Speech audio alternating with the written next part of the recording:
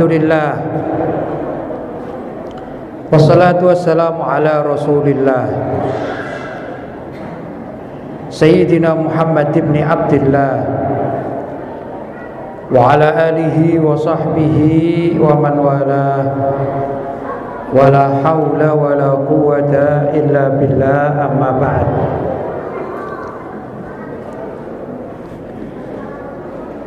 Hadratil mukarramin, ma'asyiral ulama al-fudala, ma'asyiral asatidha al-kurama, bapak-bapak, ibu-ibu, hadirin hadirat jamaah Masjid Nurul Yakin di Kota Batam yang dirahmati oleh Allah, yang kita cintai, para takmir masjid. Mudah-mudahan beliau senantiasa, mereka aktif di dalam memakmurkan masjid. Mudah-mudahan Allah SWT juga tetap memberikan kekuatan lahir dan batin. Allahumma amin. Para pejabat baik sipil maupun TNI yang hadir, ada dari Babinsa dan juga perangkat desa yang saya tentu tidak hafal, mungkin ada Pak RT, Pak RW yang kita cintai dan kita muliakan, kita hormati. Adik-adik yang mudah-mudahan mereka ini kelak menjadi penerus dari aktivis masjid, sehingga kita hadirkan juga di tempat yang sangat mulia ini. Mudah-mudahan semua kita yang hadir di tempat ini mendapatkan rahmat dan hidayah dari Allah Subhanahu wa taala. Bapak-bapak dan ibu-ibu yang dirahmati oleh Allah, malam hari ini kita datang ke tempat yang sangat mulia ini guna memperingati satu peristiwa yang besar, peristiwa yang fenomenal, peristiwa yang belum pernah dilakukan oleh seorang dari anak cucu Nabi Adam alaihissalam selain Nabi Muhammad sallallahu alaihi wasallam, yaitu peristiwa Isra dan Mi'raj. Saya katakan peristiwa Isra dan Mi'raj ini adalah peristiwa yang fenomenal, yang tiada duanya, dan tidak pernah ada lagi peristiwa Isra dan Mi'raj sampai hari kiamat nanti, kecuali apa yang dilakukan oleh kekasih kita, junjungan kita, tauladan kita, Nabi Yuna Muhammad sallallahu alaihi wasallam, yaitu perjalanan di malam hari sebagaimana disebutkan dalam ayat Al-Quran. Bismillahirrahmanirrahim.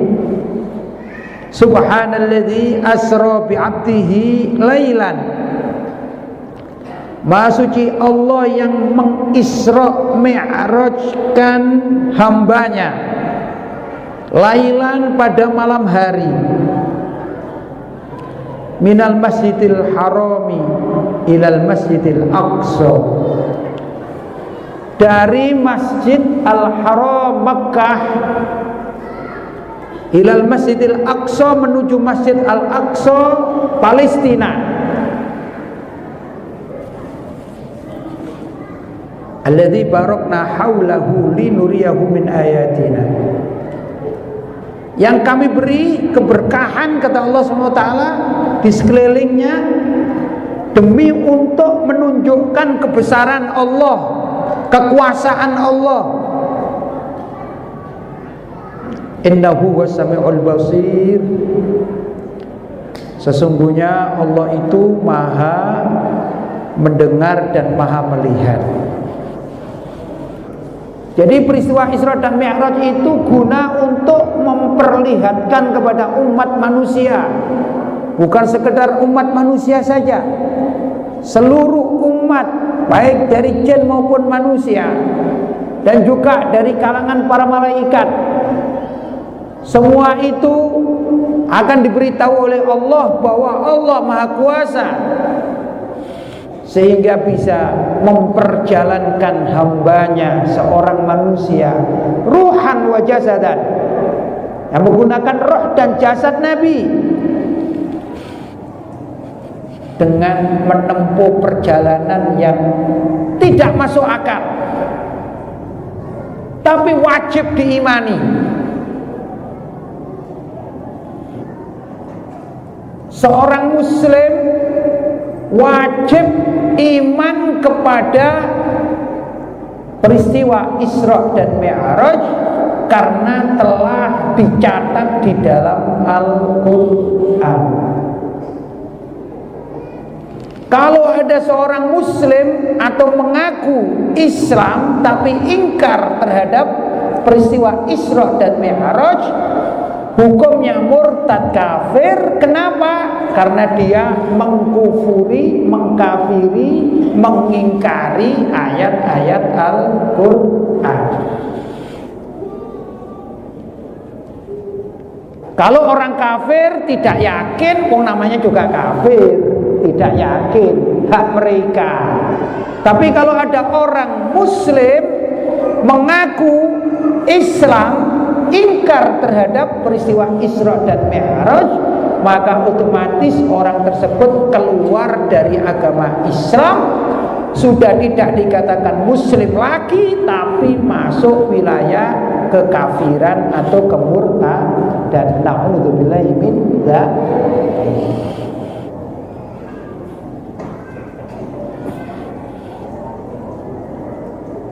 Kalau para astronom atau astronot, itu ada organisasi NASA di Amerika, mereka mengaku sudah terbang ke angkasa atau keluar angkasa. Mengatakan keluar angkasa karena lebih dari yang namanya angkasa itu udara, sedangkan luar angkasa adalah tempat yang hampa udara. Jadi angkasa itu adalah awan berudara yang mengandung oksigen, yang kita umat manusia bisa menghirupnya sehingga kita tidak mati kehabisan oksigen. Keluar angkasa berarti keluar udara yang beroksigen. Kalau sudah keluar udara yang beroksigen, maka orang akan mati karena tidak bisa menghirup udara. Karena itu para astronot kalau pergi keluar angkasa, mereka menggunakan tabung-tabung oksigen.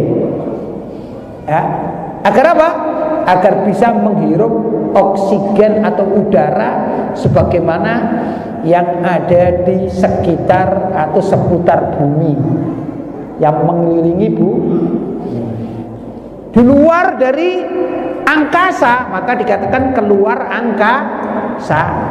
Mereka akan mati kalau tidak membawa tabung oksigen. Menurut pengakuan para ilmuwan itu, di Amerika ada, kemudian pernah juga di Rusia sebagai rival dari Amerika, menerjunkan atau memberangkatkan orang-orang yang pergi ke angkasa. Dan negara-negara lain ada juga percobaan-percobaan untuk mendeteksi adakah kehidupan di atas bumi. Maka pengakuan mereka ada yang mengatakan bahwasanya tim-tim itu sampai ke dasar bulan, masuk di wilayah planet yang namanya bulan. Pernah dengar kita ya? Cuma apakah benar mereka sampai ke bulan? Wallahu ta'ala a'lam. Saya tidak bisa menentukan karena saya nggak diajak sih ya. Kalau saya diajak ke sana saya tahu.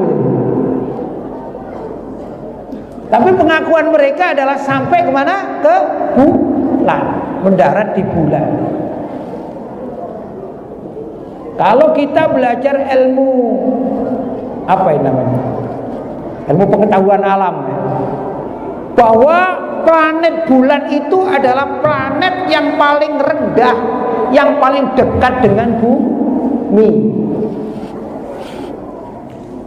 Matahari jauh lebih tinggi daripada bulan.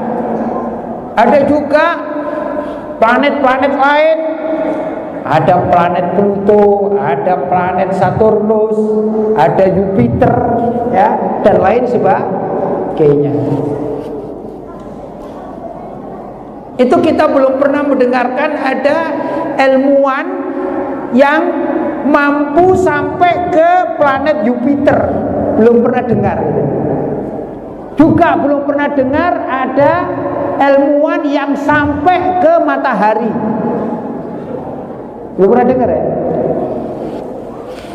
Padahal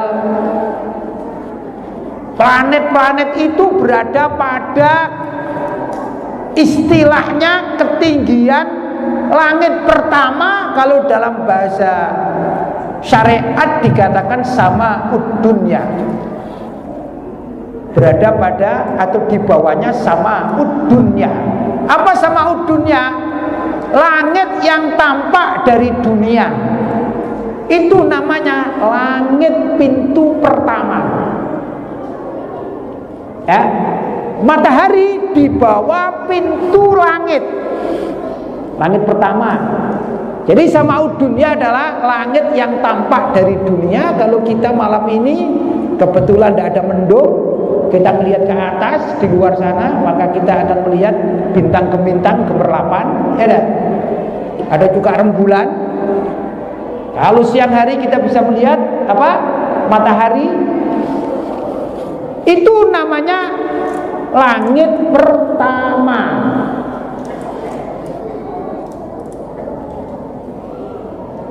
Malaikat Jibril alaihissalam tatkala mengajak Nabi Muhammad SAW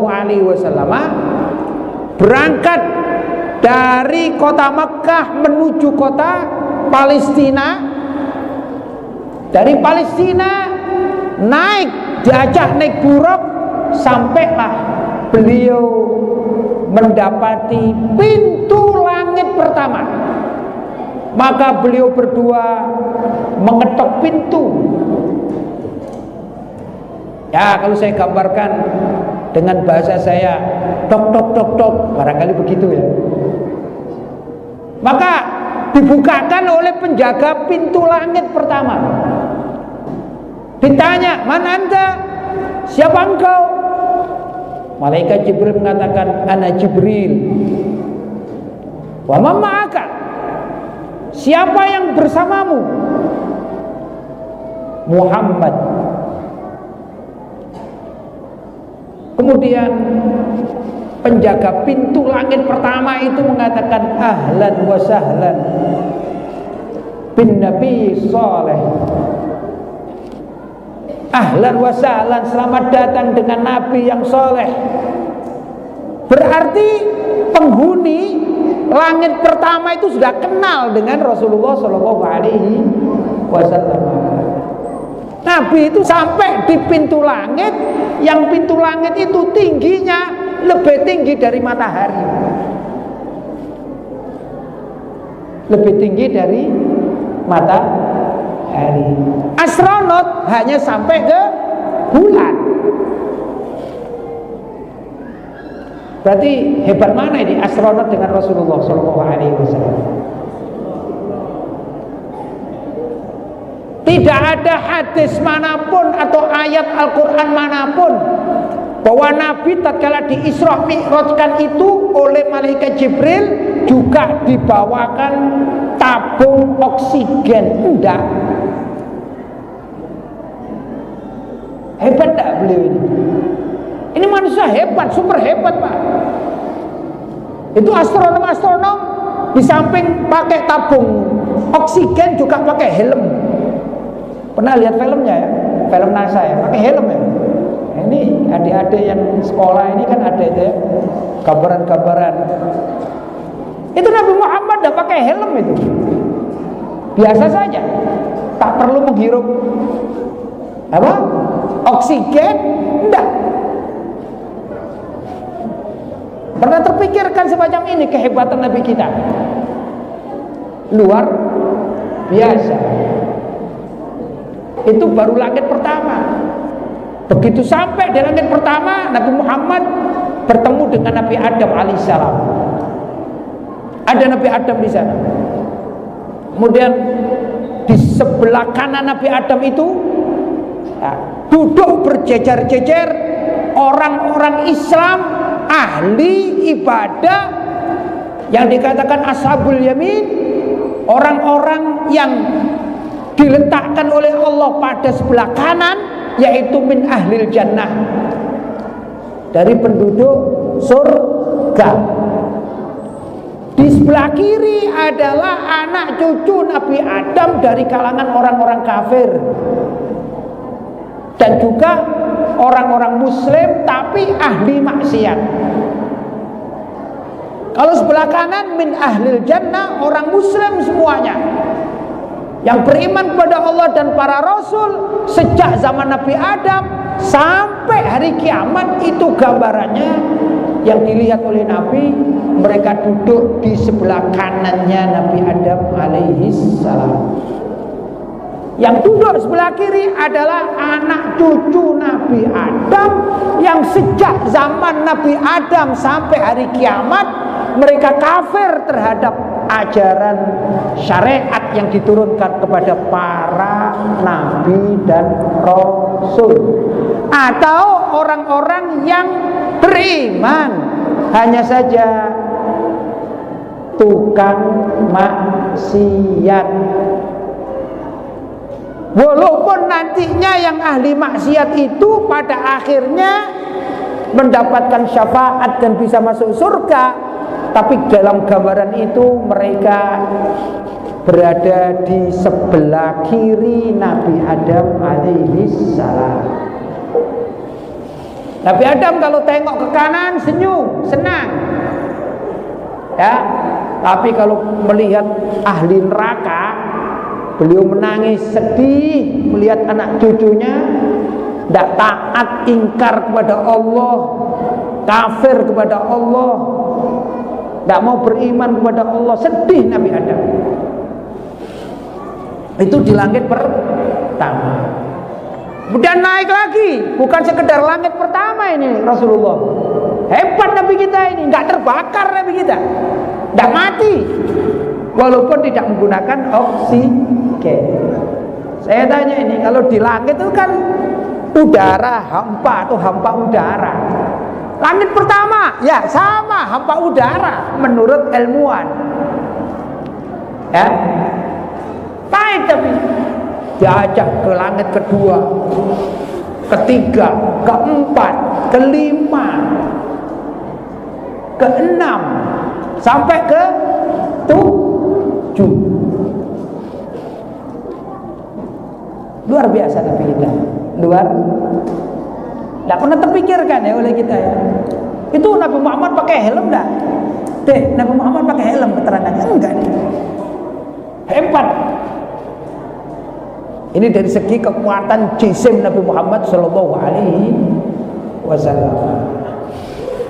Jarak antar langit 1, kedua, ketiga, keempat, kelima, keenam, ketujuh, ya, itu jaraknya hampir sama, ibarat bangunan. Nah, ini bangunannya. Orang membangun seperti rumah. Jarak apa ini? Lantai pertama ini, kalau ini saya katakan 4 meter, ya ada. Kemudian lantai kedua juga 4 meter, lantai ketiga 4 meter, kan begitu rata-rata ya. Itu sama Pak.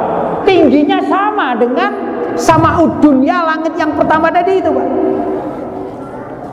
Jadi berapa kali lipat itu Nabi Muhammad? Kalau kita katakan lebih mudah, jaraknya itu matahari dengan bumi, ya dah, 7 kali lipat. Wah, hebat ini Nabi yang sangat luar biasa. Saya pernah membaca ini, kalau orang melihat satu tempat hampa udara di atas, sebenarnya di atas itu banyak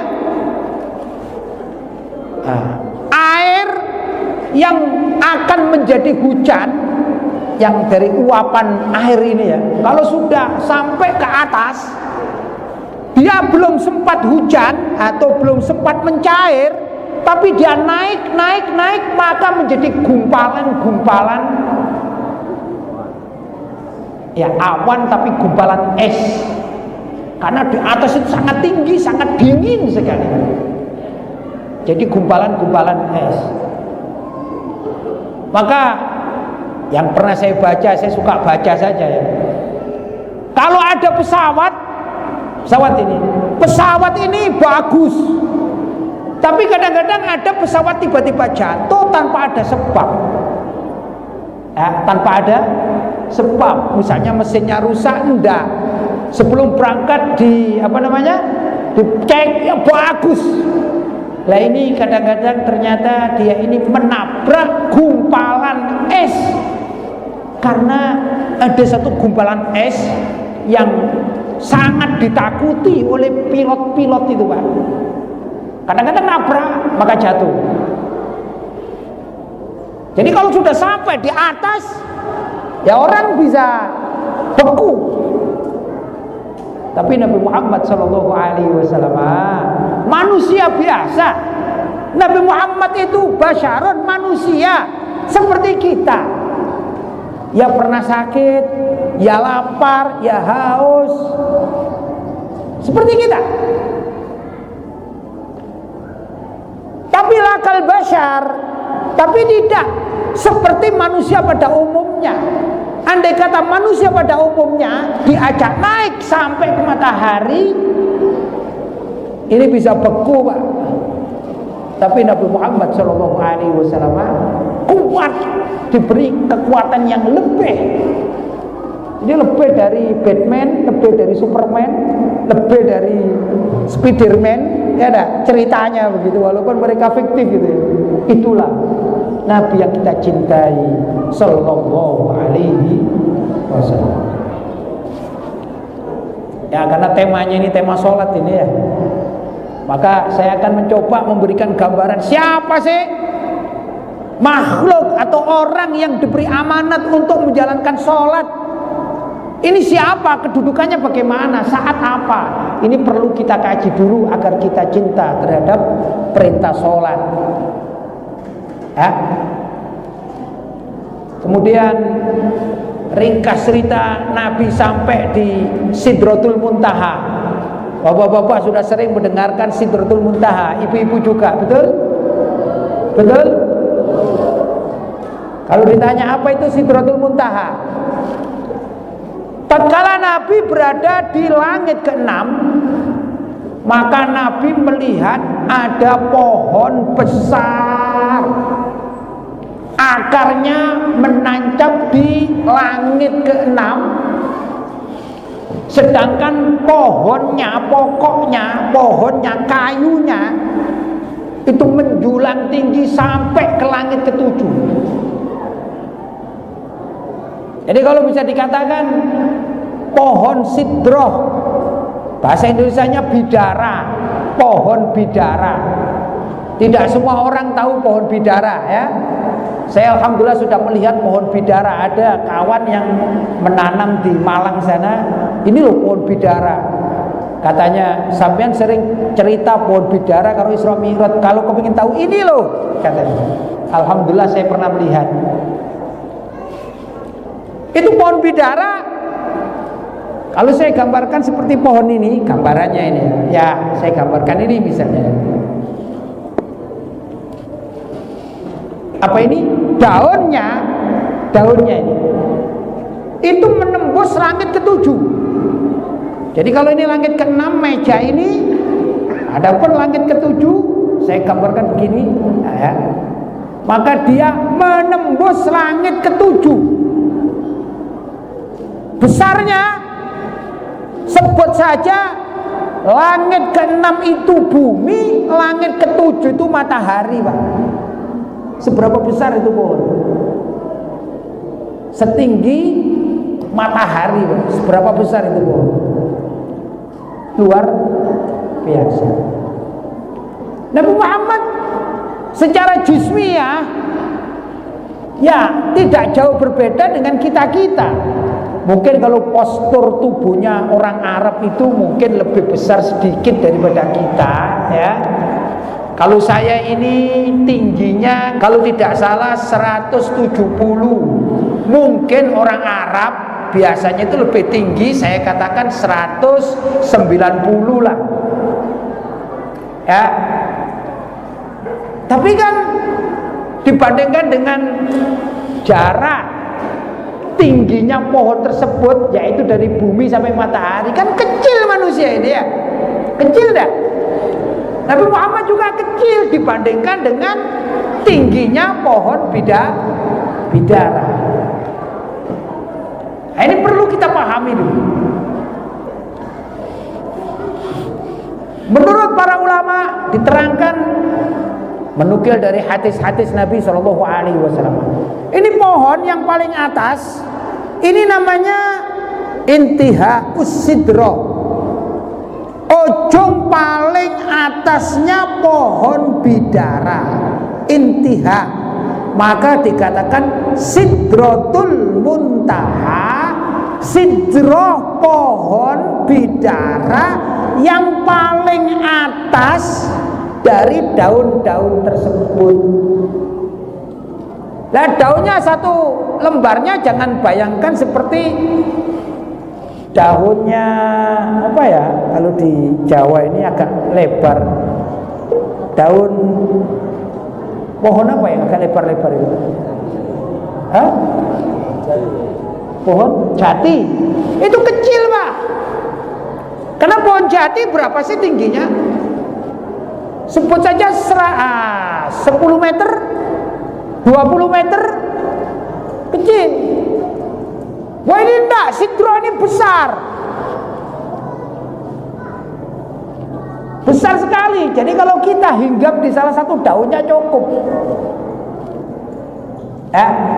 Menurut para ulama, kalau kita misalnya jalan naik kuda yang tercepat larinya dari pangkal pohon sampai ke ujung rimbunan. Jadi saya katakan seperti payung gitu ya. Payung itu kan ada tangkainya, ya. Dari tangkai agar kita tidak kehujanan atau kepanasan, kan ada ini batasan apa? Kainnya itu ya, dari tangkai ke ujung kain biar kita tidak kepanasan atau kehujanan. Kalau Sidratul Muntaha yang dilihat oleh Nabi itu, kalau kita nunggang kuda tercepat larinya, itu sampai ke ujungnya memerlukan waktu 70 tahun baru sampai. Besar enggak, Pak? Besar Nabi kita sampai di situ, Pak. Sudah berada di langit ketujuh, masih berada di atasnya pohon bidara. Karena itu dikatakan Nabi Isra Mi'raj sampai ke Sidratul Muntaha. Hebat ya, Nabi kita ini hebat. Tidak kedinginan Nabi kita. Biasa. Ya, menghirup udara juga biasa. Subhanallah. Kemudian malaikat Jibril turun di situ. Pada akhirnya Allah SWT perintah Nabi Muhammad untuk naik lagi. Kata malaikat Jibril, ya Rasulullah, engkau dipanggil naik.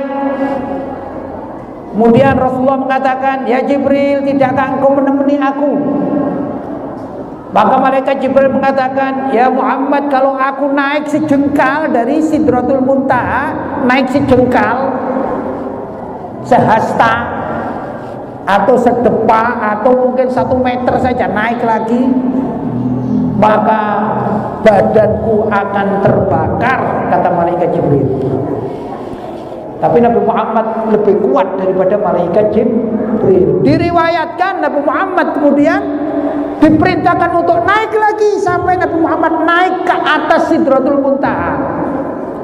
Di sana ada beberapa tempat-tempat,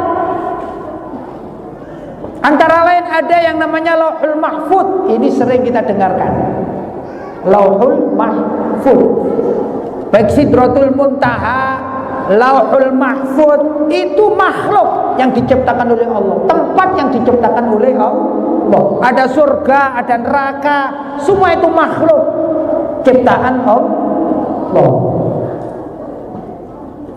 Maka di Lauhul Mahfuz itu Nabi melihat ada seorang yang bercahaya luar biasa, tampan. Ringkas cerita, Nabi berprasangka jangan-jangan itu malaikat. Setelah ditanya, siapakah engkau? Apakah engkau malaikat? Dijawab bukan. Aku, kata lelaki itu, adalah gambaran salah satu dari umatmu, yang mana tatkala aku di dunia ini, lisanku tidak pernah berhenti dari berzikir kepada Allah SWT. 24 jam tidak pernah berhenti berzikir. Maka aku diberi kedudukan yang sangat tinggi, lebih tinggi dari malaikat Jibril alaihi salam. Itu bagi orang-orang yang ahli zikir. Mudah-mudahan kita dicatat sebagai ahli zikri. Allahumma amin, orang-orang yang ahli zikir.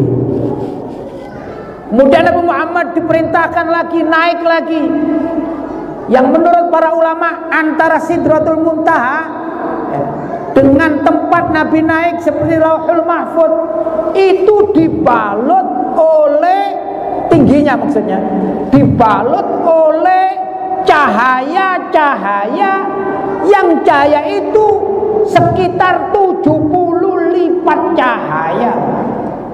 Cahaya ini kan bias, seperti kita melihat ini cahaya, ini cahaya. Ini 70 lipat. Berarti tinggi. Padahal kita melihat ini cahaya lampu biasa. Kalau cahayanya matahari gimana, Pak? 70 lipat. Berarti tinggi. Antara Sidratul Muntaha ke Lauhul Mahfuz juga tinggi tempatnya. Bahkan menurut sebagian ulama, Nabi itu sampai mampu pada tadi kan langit ke-7 ya, sampai mampu ke 10 tingkat. Itu luar biasanya Rasulullah Shallallahu Alaihi Wasallam. Sampailah Nabi di suatu tempat yang namanya Mustawa. Namanya Mustawa. Maka menurut sebagian ulama menerangkan di Mustawa itu Nabi dipersilakan duduk di sebuah kursi yang telah disiapkan, yang menurut riwayat situ warnanya hijau. Kursi warnanya hijau, Nabi Muhammad duduk di situ, kemudian dibawa naik lagi.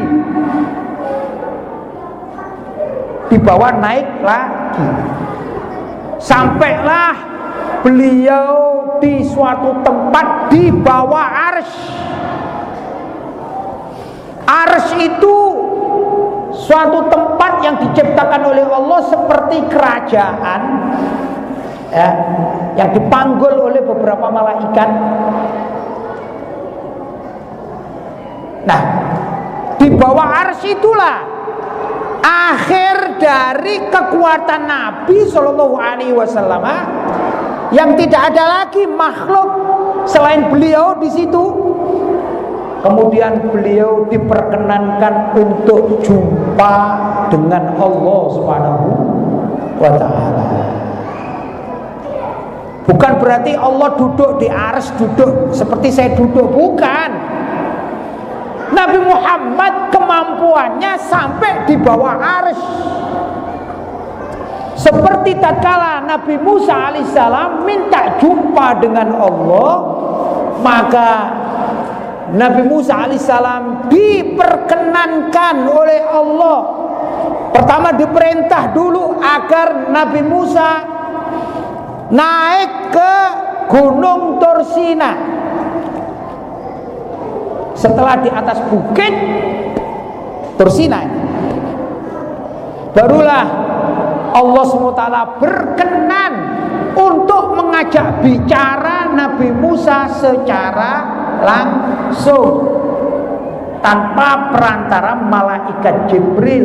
Tapi Nabi Musa mampu berbicara dengan Allah sebagaimana dalam ayat wa kallamallahu Musa taklima. Allah berbicara dengan Nabi Musa dengan benar-benar pembicaraan, didengar langsung oleh Nabi Musa alaihi salam. Itu bukan berarti Nabi Musa bertemu Allah di Gunung Tursina dan Allah ada di Gunung Tursina, bukan begitu. Tapi kemampuan Nabi Musa untuk mendengarkan firman Allah secara langsung hanya diberi kemampuan naik Gunung Tursina.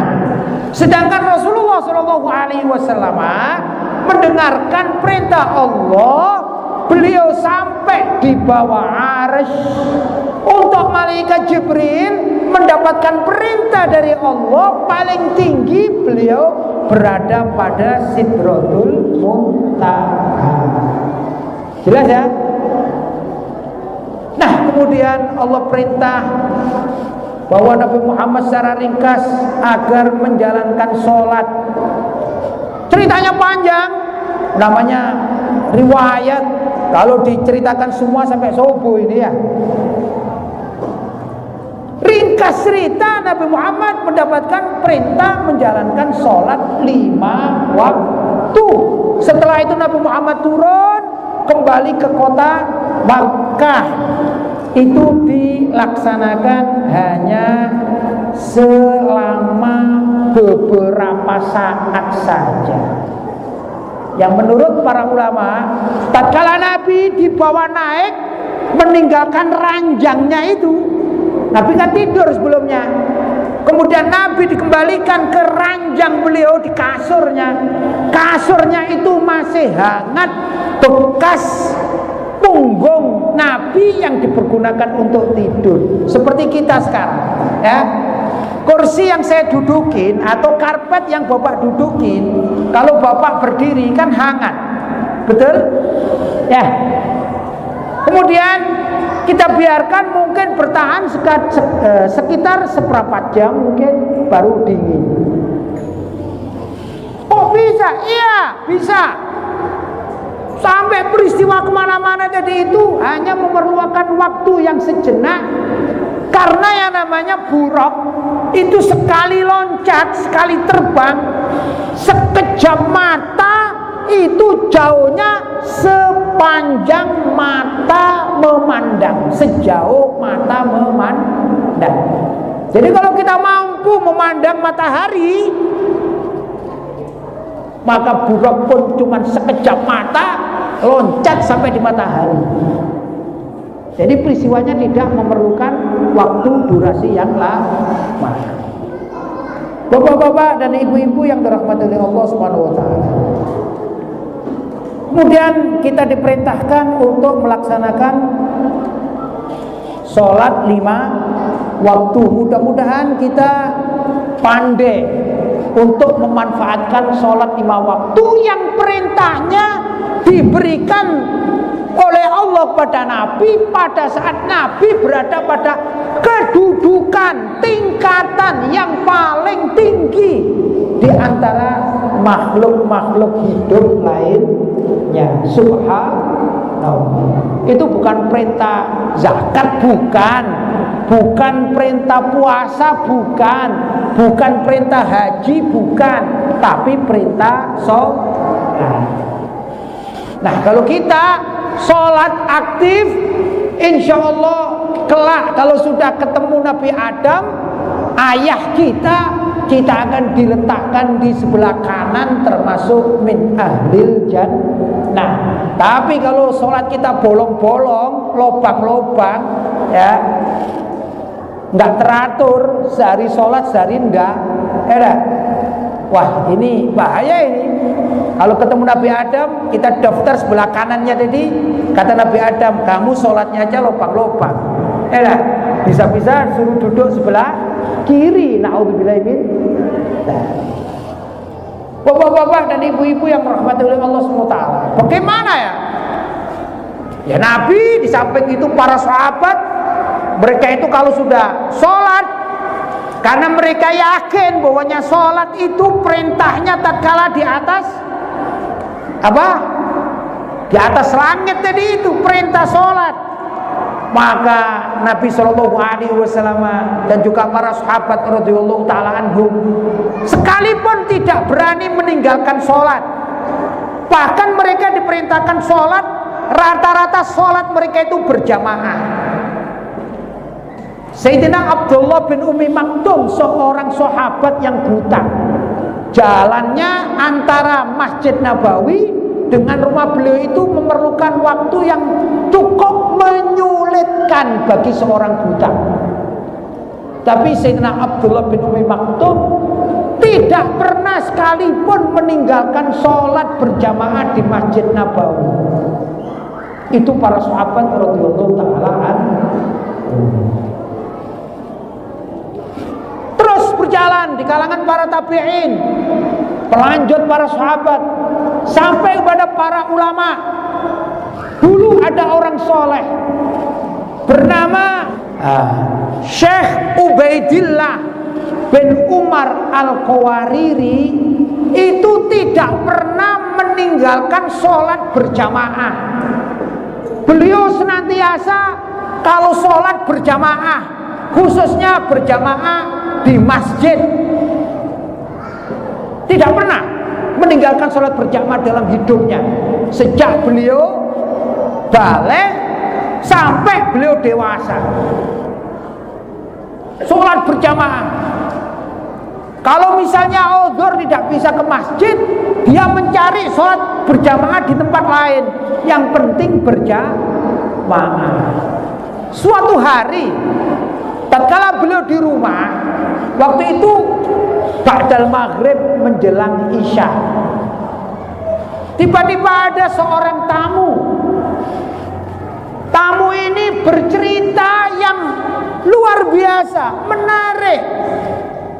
Ya namanya orang, ada yang putar bercerita ya. Seperti saya kan suka cerita ya.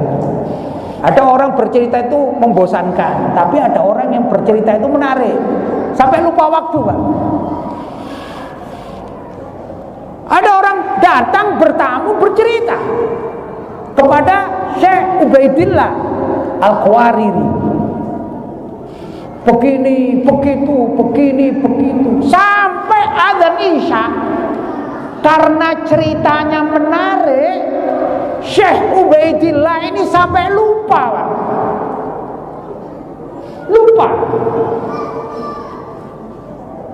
Lupa apa? Lupa ndak ikut sholat berjamaah di masjid di dekat rumah beliau. Akhirnya beliau sadar, subhanallah, ini waktunya sudah telat isyaknya. Saya kalau isyak di Batam ini azannya jam berapa sih, Pak? Azan sholat isyak di Batam jam berapa? Jam berapa? 7.25. Begitu dilihat sudah jam 8 kurang seperempat, barangkali begitu.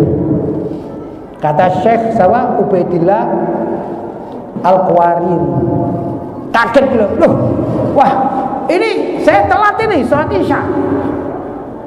Akhirnya dia minta maaf kepada tamunya ini, wahai Bapak, mohon maaf, saya ini ada kewajiban, telat saya tidak pernah meninggalkan sholat berjamaah. Maka beliau keluar, dilihat jamaah isya sudah selesai, sudah pulang. Akhirnya berinisiatif, beliau keliling kota mencari masjid-masjid saya gambarkan di Batam barangkali begitu ya, saya gambarkan. Beliau mencari di masjid-masjid pojokan-pojokan, mungkin masih ada masjid atau musola yang belum melaksanakan sholat isya. Subhanallah, namanya berjalan kan semakin malam. Semakin malam masjid-masjid pada habis, dikunci semuanya. Intinya ketinggalan sholat berjamaah. Susah, sedih. Dan beliau pulang. Akhirnya beliau berpikir, gimana saya? Subhanallah, beliau ingat, oh iya, kata Nabi begini ya, orang sholat berjamaah itu fadilahnya lebih mulia, lebih afdol 27 kali lipat dibanding sholat sendirian. Wah, kalau gitu akan aku sahur saja, akan aku bayar. Aku mau sholat isya sebanyak 27 kali sholat isya malam itu. Akhirnya beliau ngambil wudhu di rumahnya, sholat isya berapa kali? 27 kali, demi mengganti pahalanya sholat berjamaah. Ada enggak kita yang berpikir demikian? Telat sholat gitu, ada enggak Pak kira-kira? Enggak jamaah gitu. Wah, hari ini saya telat jamaah, enggak sholat di sini, saya mau 27 kali. Ada Pak? Enggak ada ya? Malah merasa enggak berdosa ya? Alah, enggak apa-apa lah. Yang penting sholat, kan gitu kalau kita ya. Yang penting sholat. Akhirnya luar biasa ini, Syekh Ubaidillah ini malam hari tidur mimpi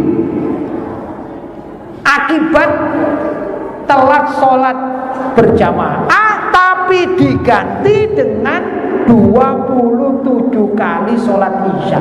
Mimpi ada rombongan itu berpakaian putih-putih, menggunakan jubah, pakaian-pakaian yang islami, naik kuda, cepat naik kudanya Pak, prakok gitu ya. Heran ini, itu siapa kira-kira? Setelah dilihat ternyata yang beliau lihat ini wajah-wajah kawan-kawannya yang biasa sholat di masjid berjamaah. Loh, kalau di sini mungkin ya, loh ini Kak Pak Salim, loh itu kan Pak Nur, loh itu kan gitu ya, paham kita. Tapi pakaian putih-putih gagah, pakai jubah luar biasa, pakaian sunnah yang dikenakan oleh Nabi Muhammad SAW. Naik kuda Pak, keras, kudanya kencang. Katanya, wah aku pun mau ikut sama mereka.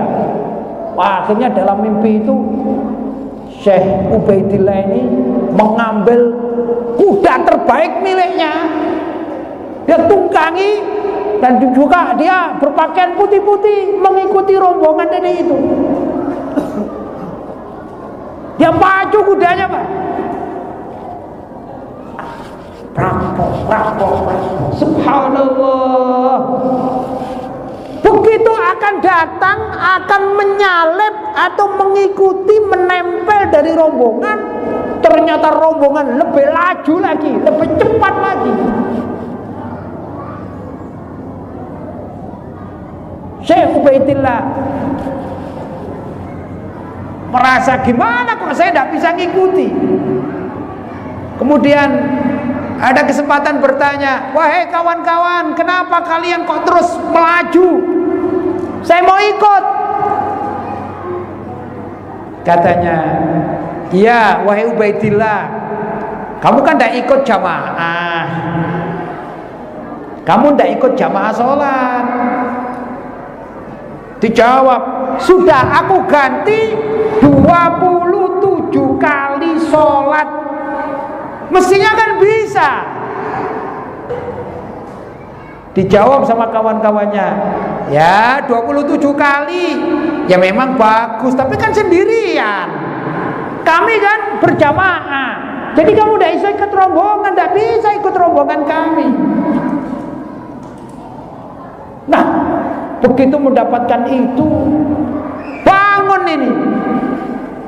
Syekh Ubaidillah bangun, kemudian tobat kepada Allah SWT. Sejak hari itu tidak pernah lagi sholat sendirian. Selalu beliau datang pertama kali berjamaah karena khawatir ditinggal oleh rombongan. Itu respon para ulama zaman dahulu kala terhadap perintah sholat. Bukan sekedar sholat saja, sampai berjamaah pun menjadi kebutuhan mereka, bukan merasa sebagai kewajiban, tapi seperti kebutuhan, keperluan agar tidak ketinggalan rombongan yang melaju menuju surga, karena mereka senantiasa menjaga sholat berjamaah. Luar biasa. Kapan kita mengikuti rombongan-rombongan begini, Pak? Mulai kapan? Insya Allah mulai besok. Sepakat? Subuhnya di mana ini? Salat subuh besok di masjid apa di rumah sendirian? Zuhur mau di mana ini?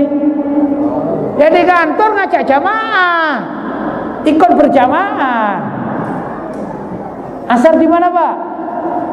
Di jalan. Asarnya di mana sholat? Kalau sempat ya sholat, kalau tidak sempat macet ya sudahlah nggak sholat gitu. Wah, ini tidak bisa ikut rombongan ini ya, tidak bisa ikut rombongan. Itulah pentingnya sholat berjamaah, juga melakukan sholat. Kenapa? Karena sholat itu diperintahkan oleh Allah tatkala Nabi berada pada tingkat yang paling tinggi tadi, di bawah Arsyur Rahman, kerajaan Allah Subhanahu wa Ta'ala. Mudah-mudahan kita semua dicatat oleh Allah SWT sebagai pecinta-pecinta sholat, orang yang senantiasa merindukan sholat. Mudah-mudahan sholat itu menyebabkan hati kita tenang, tertarik, dan merasa sebuah kebutuhan dalam kehidupan kita. Ya. Tapi kalau sholat hanya sekedar kewajiban, yang penting saya sholat wajib selesai, ini belum merasakan nikmatnya, ya dah? Seperti sama Imam Ubaidillah Al-Qawariri tadi, ya, tidak bisa. Tapi kalau sudah menjadikan sholat ini sebuah kebutuhan, keperluan untuk pribadi, insya Allah Allah yang akan menyempurnakan niat kita yang baik tersebut. Allahumma amin. Allahumma amin.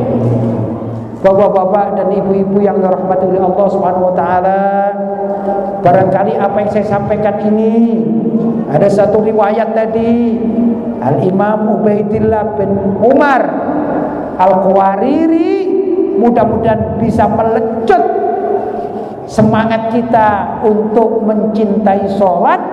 Karena apa? Karena as-sholatu, sholat itu mi'rajul muslim, termasuk mi'rajnya orang Islam. Kalau Nabi Isra Mi'raj itu ruhan wa jasadan, roh dengan jasadnya. Kalau kita bisa Isra Mi'raj atau mi'rajnya saja, dari dunia menuju langit menghadap Allah SWT dengan cara sholat. Dikatakan as-sholatu mi'rajul muslim. Sholat itu ibarat seorang muslim ikut perjalanan mi'raj bersama Nabi Muhammad SAW.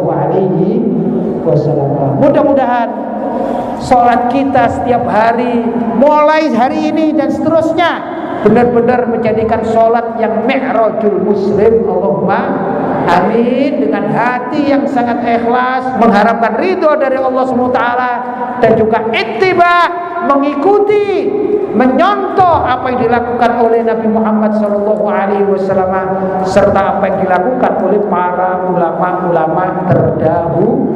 Mudah-mudahan malam hari ini kita mendapatkan keberkahan dari peringatan Isra dan Mi'raj Nabi Muhammad SAW. Allahumma amin. Barangkali itu yang dapat saya sampaikan. Kalau ada hal-hal yang kurang tepat, mohon maaf yang sebesar-besarnya. Hadza ma aqulu lakum wal 'afu minkum. Wassalamualaikum warahmatullahi wabarakatuh.